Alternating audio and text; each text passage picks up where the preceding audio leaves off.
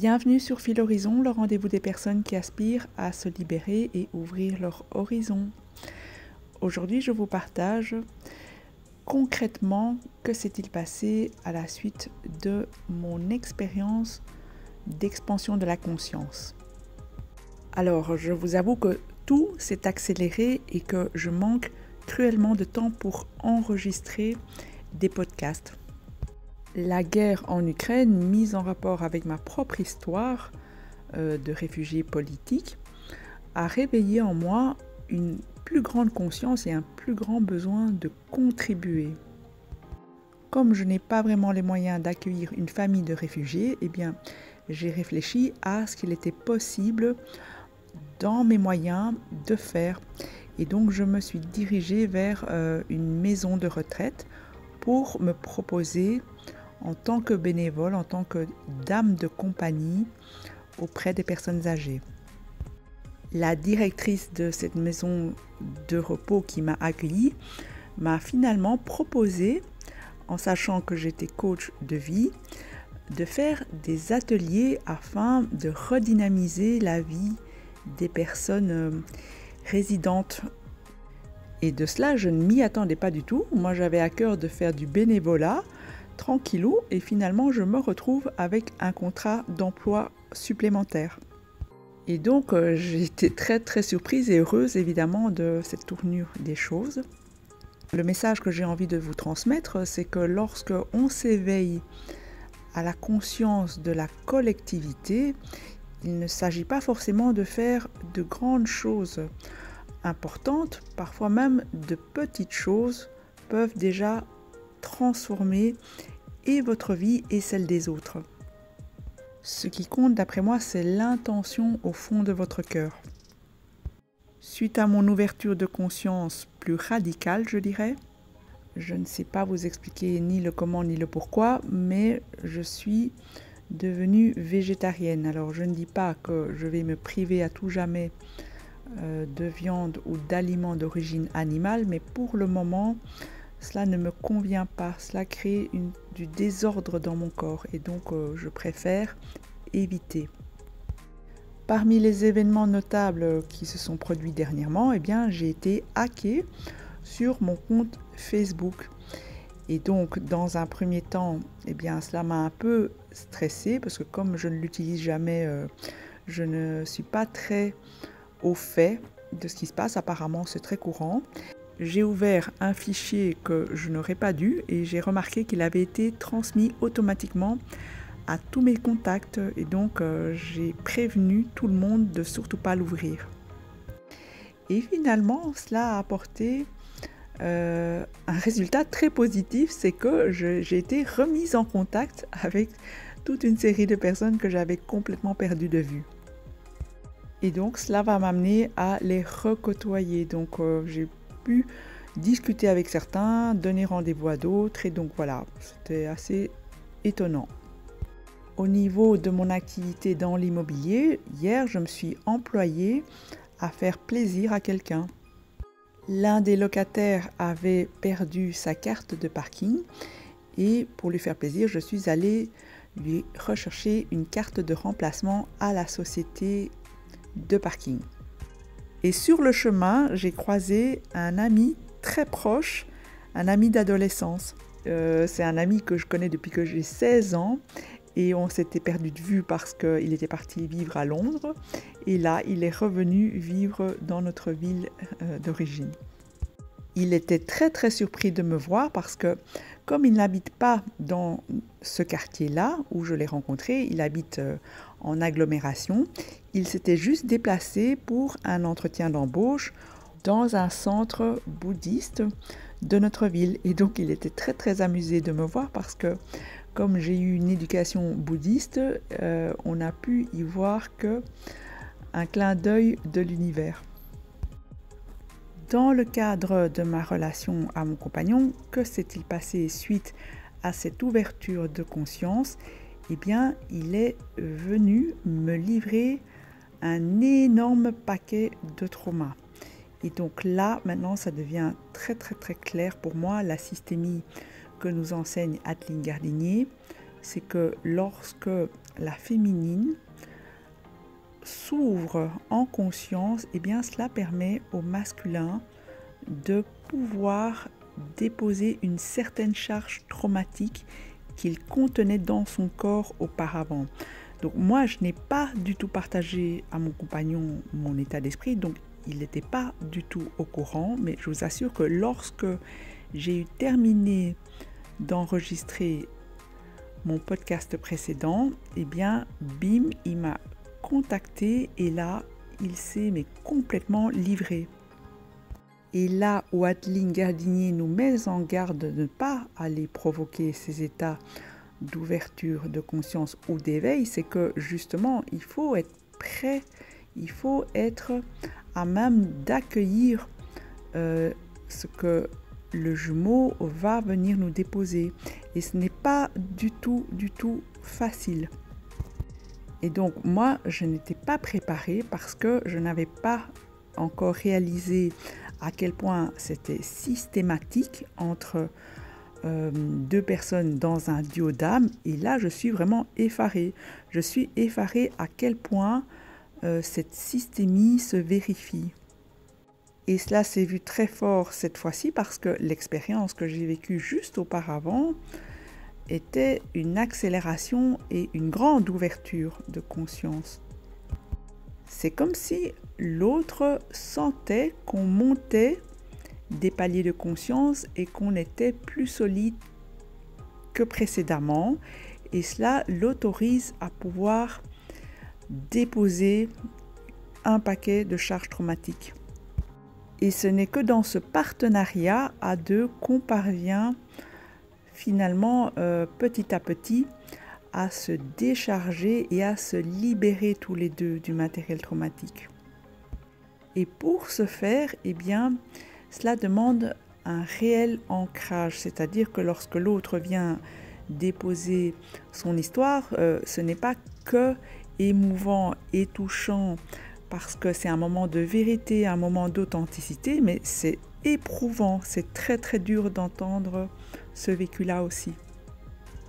Alors ici, je vous raconte ce qui s'est passé en gros ces dernières semaines. J'oublie certainement un fait ou l'autre, mais ce que je veux vous dire ici, c'est que tout se bouscule, les énergies en présence peuvent être très fortes et qu'il est vraiment nécessaire de bien s'ancrer.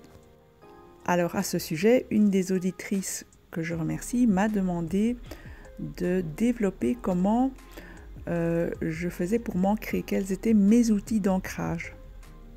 Alors très honnêtement, j'ai beaucoup de mal à répondre à cette question parce que je crois que cela me vient plus ou moins naturellement. Déjà par le fait que je sois d'origine asiatique, chez les Asiatiques dans l'éducation, je crois qu'on reçoit de façon inconsciente la notion d'équilibre. Par exemple, le yin et le yang sont représentés à peu près partout, à tous les niveaux, dans la vie courante. À un niveau très simple de la vie quotidienne, prenons la nutrition, plus ma conscience se déploie, plus j'ai envie de bien me nourrir et en accord avec mes valeurs. Depuis une semaine, ma mère m'apporte de la sève de bouleau et je m'hydrate pour le moment avec cette boisson-là. Elle a plein de vertus pour le corps, donc renseignez-vous si cela vous intéresse. Et ce n'est pas si compliqué à ponctionner. Évidemment, il faut disposer de temps pour le faire. Ensuite, je pense qu'il y a aussi une question d'observation qui va amener une certaine connaissance de soi et aussi une discipline qui va s'y associer. Par exemple, lorsque on était en terminale, le prof nous a questionné sur nos objectifs de vie et d'études. Et donc moi, j'avais répondu tout simplement que j'avais envie de vivre d'amour et d'eau fraîche.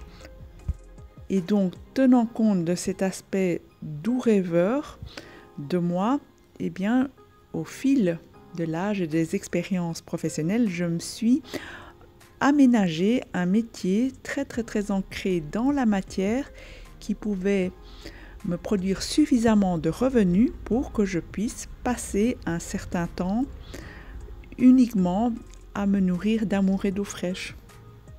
Ce que j'essaye de vous partager ici comme idée, c'est que cela fait partie d'une logique système, c'est-à-dire que si j'ai un côté plutôt yin, je vais avoir tendance à le compenser avec du yang. Je vais certes respecter ma nature yin, mais je ne vais pas la suralimenter. Bien que je sois intéressée par la spiritualité, eh bien, il ne m'est jamais arrivé de pratiquer une technique. Jamais je ne me mets à méditer, par exemple. Je n'ai rien contre la méditation, mais ce n'est pas quelque chose qui m'a appelée. Et aussi, ici, une mise en garde, ce serait la tentation de fuir la réalité par l'échappatoire et la légèreté qu'offriraient d'autres dimensions de la vie. Donc voilà, un des premiers aspects qui me permettent de m'ancrer, c'est le travail. Après, on n'est pas obligé de travailler. C'est plus la notion d'activité quotidienne qui me semble importante.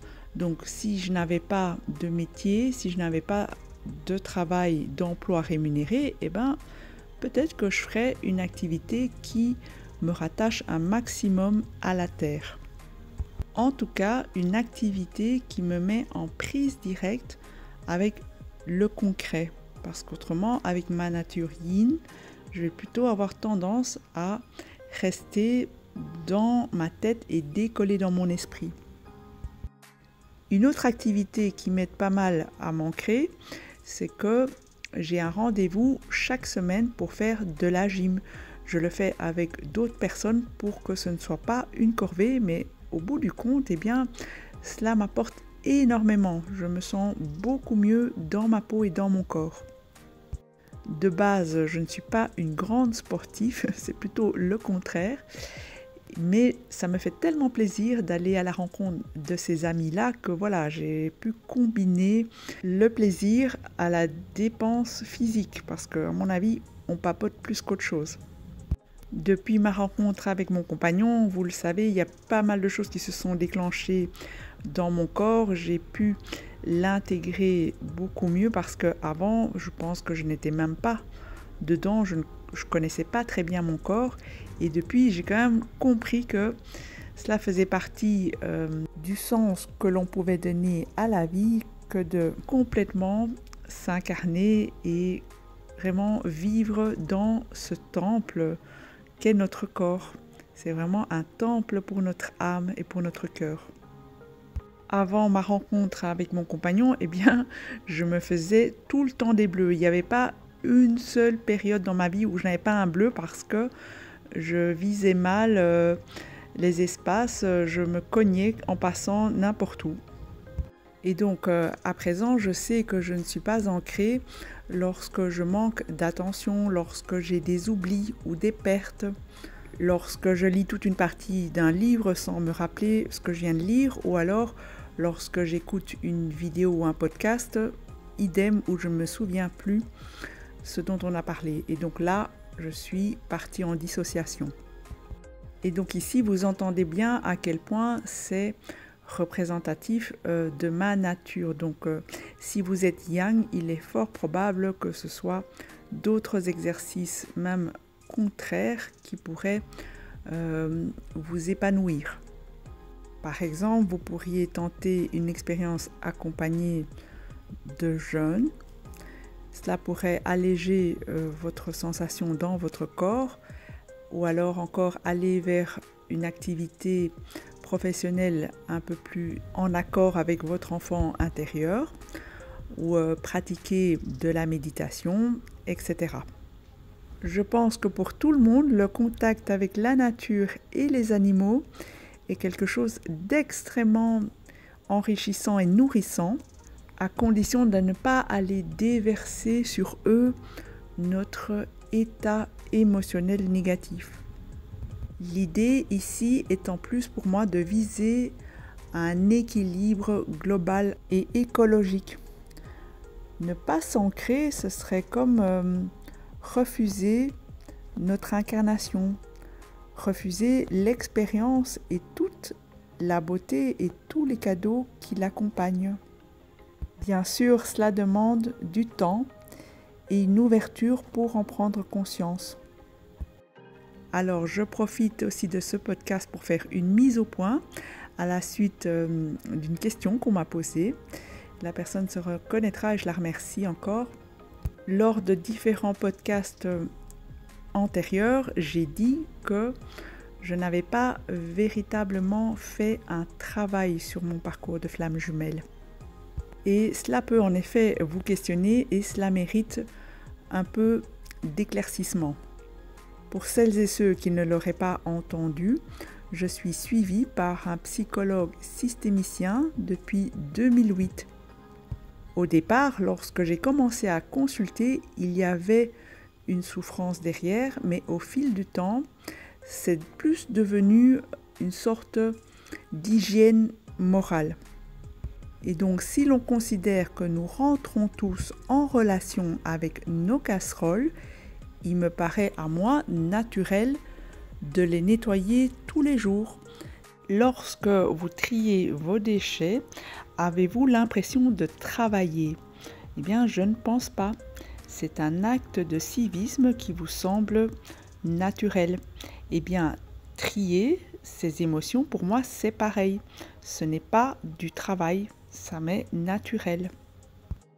Dans ma famille, nous avons l'habitude de consulter très facilement, car il s'agit ici d'une question d'écologie relationnelle pour ne pas déverser sur les autres. Ceci étant dit, eh bien, je comprends que si cette approche-là ne vous est pas habituelle en raison de votre environnement où les gens ne vont pas, par exemple, spontanément consulter, eh bien, je comprends parfaitement qu'il va y avoir une mise en œuvre nécessaire pour vous. Et donc, la seule différence, c'est que chez moi, il y a des réflexes de nettoyer tous les jours mes casseroles, comme lorsque on a fini de cuisiner. J'ai l'habitude d'élaborer mes problématiques et de pouvoir m'apaiser avec cela. Ceci étant dit, lorsque j'ai rencontré mon compagnon, c'est comme si la relation m'amenait à voir le fond des casseroles pour la première fois et aussi l'ensemble de toutes les casseroles. Et donc concrètement, ce que j'ai fait comme travail pour mon lien d'âme jumelle, c'est de pratiquer un équilibre 50-50 dans le relationnel, que ce soit avec mon compagnon ou avec quiconque, mais aussi je me suis entraînée à l'affirmation juste. Lorsqu'on parle ici d'équilibre 50-50, tel que nous l'enseigne Adeline Gardinier, il s'agit de s'accorder 50% d'amour à soi et 50% à l'extérieur, dont faisant partie le jumeau. Si vous ne considérez déjà que ces deux outils-là, ils sont constitutifs de l'avancement vers la libération du matériel traumatique et donc l'avancement vers un amour vrai, un amour équilibré et partagé. Et cela sans même avoir fait un travail thérapeutique au préalable ou en entamer un, et c'est ce que je préconise à travers mes podcasts.